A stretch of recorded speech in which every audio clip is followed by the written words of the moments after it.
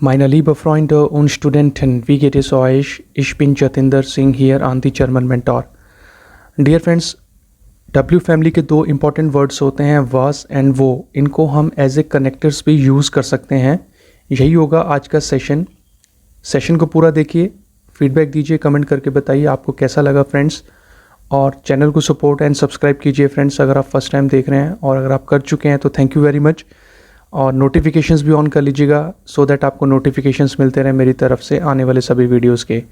German सीखने के लिए अगर आप सीरियस हैं तो दिए गए नंबर पर आप मुझे कभी भी कॉल कर सकते हैं, मैं आपको रिवर्ट करूंगा. चलिए शुरू करते हैं आज का सेशन. वर्स एंड वो एज कनेक्टर्स. लोस गेट्स. देखिए, वर्स एंड वो as German connectors. In German वर्स एंड वो are common connectors but their usage can be different due to variety of situations they can appear in. In this presentation, I will explain their roles as relative pronouns with detailed examples to clarify their usage. तो जैसा कि हम friends जानते हैं कि verse and वो और बाकी और भी डब्ल्यू फैमिली कनेक्टर्स होते हैं जिनको हम इंटेरोगेटिव सेंटेंसेस के लिए यूज़ करते हैं. बट आज के सेशन में मैं आपको ये वर्स एंड वो को एज अ कनेक्टर्स की तरह यूज़ करके बताऊँगा, और किन किन सिचुएशंस में यूज़ किया जाता है वो भी हम डिटेल में देखेंगे. तो ये सेशन को पूरा देखिए और कमेंट करके बताइए क्या ये चीज़ आपको पहले पता थी, और पता थी तो आपका जो है रिवीजन हो जाएगा, अदरवाइज़ आप आज ये चीज़ नहीं सीखने वाले हैं. चलिए देखते हैं इंट्रोडक्शन टू वर्स एंड वो. देखिए, वर्स एंड वो सर्व एज रिलेटिव प्रोनाउंस और कंजंक्शंस इन सर्टेन सेंटेंसेस, जो मैं आपको पहले बता ही चुका हूँ कि मैं आज आपको ये दो वर्ड्स को एज अ कंजंक्शंस या एज ए कनेक्टर्स की तरह बताऊँगा. देखिए दे कनेक्ट क्लॉजेस और introduce relative clauses with specific rules about when each is used. And third देखिए फ्रेंड्स, वास typically refers to indefinite pronouns. हम इंडेफिनिट प्रोनाउंस की रेफरेंस के लिए यूज़ करते हैं, सुपरलेटिव्स के लिए यूज़ करते हैं, and entire main clause, while वो रेफर्स टू प्लेसेस. तो ये सारी चीज़ को मैं आगे जाके डिस्क्राइब करने वाला हूँ फ्रेंड्स. तो चलिए देखते हैं. Was as relative pronoun. Was is used as relative pronoun when referring to indefinite pronouns like alles, nichts, etwas and vieles. तो ये पहला सिनेरियो है जब हम इन indefinite pronouns के लिए यूज़ करते हैं was को as a connector. देखिए कैसे. Beispiel Nummer 1, alles, was ich sehe, gefällt mir. Everything what I see pleases me. तो ये सेंटेंस में मैंने एक indefinite pronoun को यूज़ किया है alles, और उसके आगे मैंने was को as a connector यूज़ किया है. कॉन्जुगेटेड वर्ब रहेगी सेंटेंस के एंड में, और उसके आगे भी मैंने कॉमा लगा के जो है फ्रेज को कंप्लीट किया है. आप ऐसे भी बना सकते हैं फ्रेंड्स. तो देखिए, ये फर्स्ट सिचुएशन थी जब आप वर्स को as a connector indefinite pronouns के साथ यूज़ करते हैं. Beispiel Nummer 2, er hat etwas gesagt, was mich überrascht hat. He said something what surprised me. तो etwas हो गया आपका इनडेफिनिट प्रोनाउन, और उसी को रिप्रेजेंट कर रहा है जो हमारा वर्स एज ए कनेक्टर आपका नेबनसाट्स में. तो ये थी फर्स्ट सिचुएशन जब आप वर्स को एज ए कनेक्टर यूज़ करते हैं इनडेफिनिट प्रोनाउंस के लिए. ठीक है फ्रेंड्स. अब देखते हैं वर्स आफ्टर सुपरलेटिव्स एंड एक्सप्रेशंस. वर्स is used after superlatives and adjectives. तो हम इसको सुपरलेटिव्स के लिए भी यूज़ करते हैं एज ए कनेक्टर. सुपरलेटिव्स के बारे में अगर आप जानना चाहते हैं फ्रेंड्स, तो एक सेशन मैंने बहुत पहले बनाया था, वो आप जाकर ज़रूर देखिएगा, उसका लिंक आपको मिल जाएगा डिस्क्रिप्शन में. तो चलिए देखते हैं इसका first बाइस्पील. Die beste Musik, was ich je gehört habe. The best music what I have ever heard. तो देखिए die best ये आपका सुपरलेटिव हो गया, और जो was है वो रिप्रेजेंट कर रहा उस चीज़ को as a connector. Beispiel Nummer 2, das einzige Buch was ich habe. The only book what I have. तो ये सेकंड सिचुएशन थी फ्रेंड, जो was को आप एज ए कनेक्टर यूज़ करते हैं सुपरलेटिव्स के साथ. ठीक है, आई होप कि यहाँ तक आपको सेशन अच्छे से समझ में आ रहा होगा. अब कंटिन्यू करते हैं, हमारा थर्ड सिनेरियो देखते हैं, वर्स रेफरिंग टू एंटायर सेंटेंस. तो फ्रेंड्स ये मेन है, ये मेन चीज़ है जो आपको पता होनी चाहिए, जो बहुत कॉमन है. When a relative clause refers to the entire preceding clause वर्स इज यूज्ड. तो ये बहुत कॉमन है फ्रेंड्स, जो हम सीखते हैं. अब ये क्या चीज़ है देखिए. Beispiel Nummer 1, er kam zu spät, was mich geärgert hat. He arrived late, what annoyed me. अब इसमें देखिए कोई आपका इंडेफिनिट प्रोनाउन नहीं है, कोई आपका सुपरलेटिव नहीं है आपका हाउपसाट्स में. तो वर्स जो है वो पूरा का पूरा एज अ रेफरेंस रिप्रेजेंट कर रहा है आपका मेन क्लॉज को, जो है एर काम सू स्पेट. ठीक है, ये बहुत ही कॉमन यूसेज है वर्स का. Beispiel Nummer 2 देखिए. Die Angestellten schreien ständig im Büro, was unseren Chef wütend macht. The employees shout every time in the office what makes our boss angry.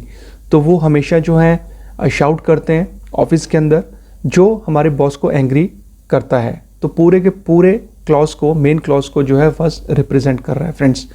तो देखिए ये जो आपने अभी तक देखा वर्स के 3 अलग अलग सिचुएशंस, पहले आपने इंडेफिनिट प्रोनाउंस के साथ, फिर सुपरलेटिव्स के साथ, और इस वाली स्लाइड में आपने देखा कि वर्स को हम यूज़ करते हैं पूरे के पूरे मेन क्लॉज को रिप्रेजेंट करने के लिए।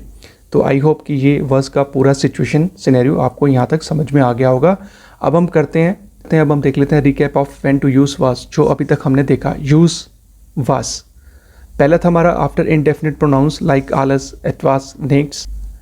सेकंड आपने देखा आफ्टर सुपरलेटिव्स, और लास्ट स्लाइड में आपने जो देखा था to refer to an entire preceding और मेन क्लॉज, तो जिसमें कोई सुपरलेटिव की बात नहीं होगी या इंडेफिनिट प्रोनाउन की बात नहीं होगी, पूरे के पूरे सेंटेंस को जो है रिप्रेजेंट करेगा वर्स एज ए कनेक्टर। तो यहाँ तक आपका कवर हो गया जो पहला डब्ल्यू फैमिली क्वेश्चन था, वर्स एज ए कनेक्टर। अब कंटिन्यू करते हैं, अब हम देखते हैं वो एज ए रिलेटिव प्रोनाउन। वो is used as a relative pronoun referring to places और लोकेशंस।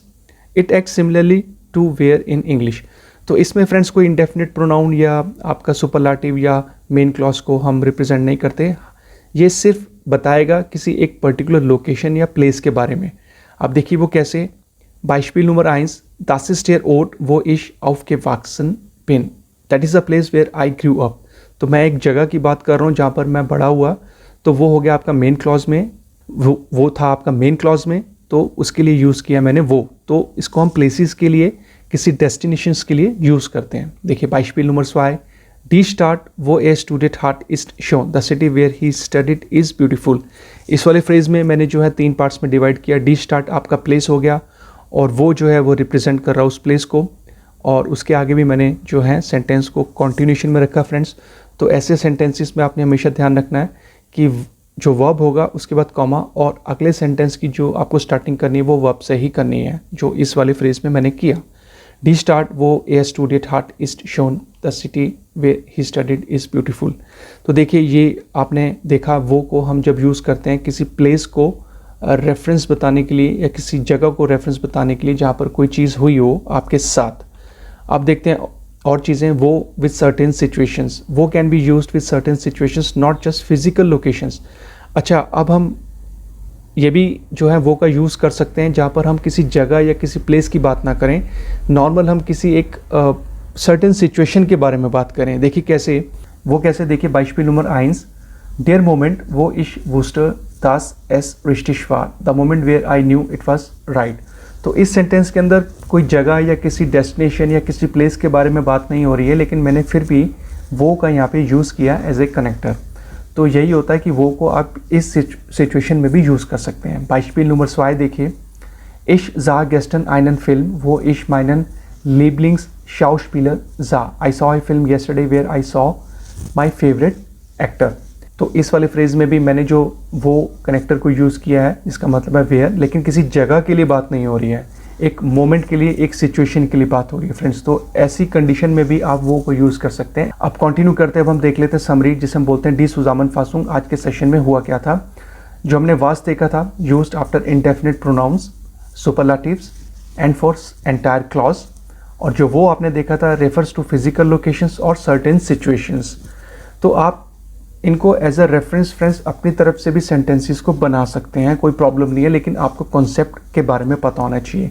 अगर आप सेशन को दोबारा देखना चाहें आप देख लीजिएगा, और नोट्स आप बना लीजिए। कहीं कोई प्रॉब्लम होती है मुझे कमेंट करिए, मैं हमेशा आपको आंसर करता हूँ, कभी ऐसा नहीं होता कि मेरा रिवर्ट आपको ना आए। एंड फ्रेंड्स लास्ट में आपसे बोलूँगा थैंक्स फॉर वॉचिंग।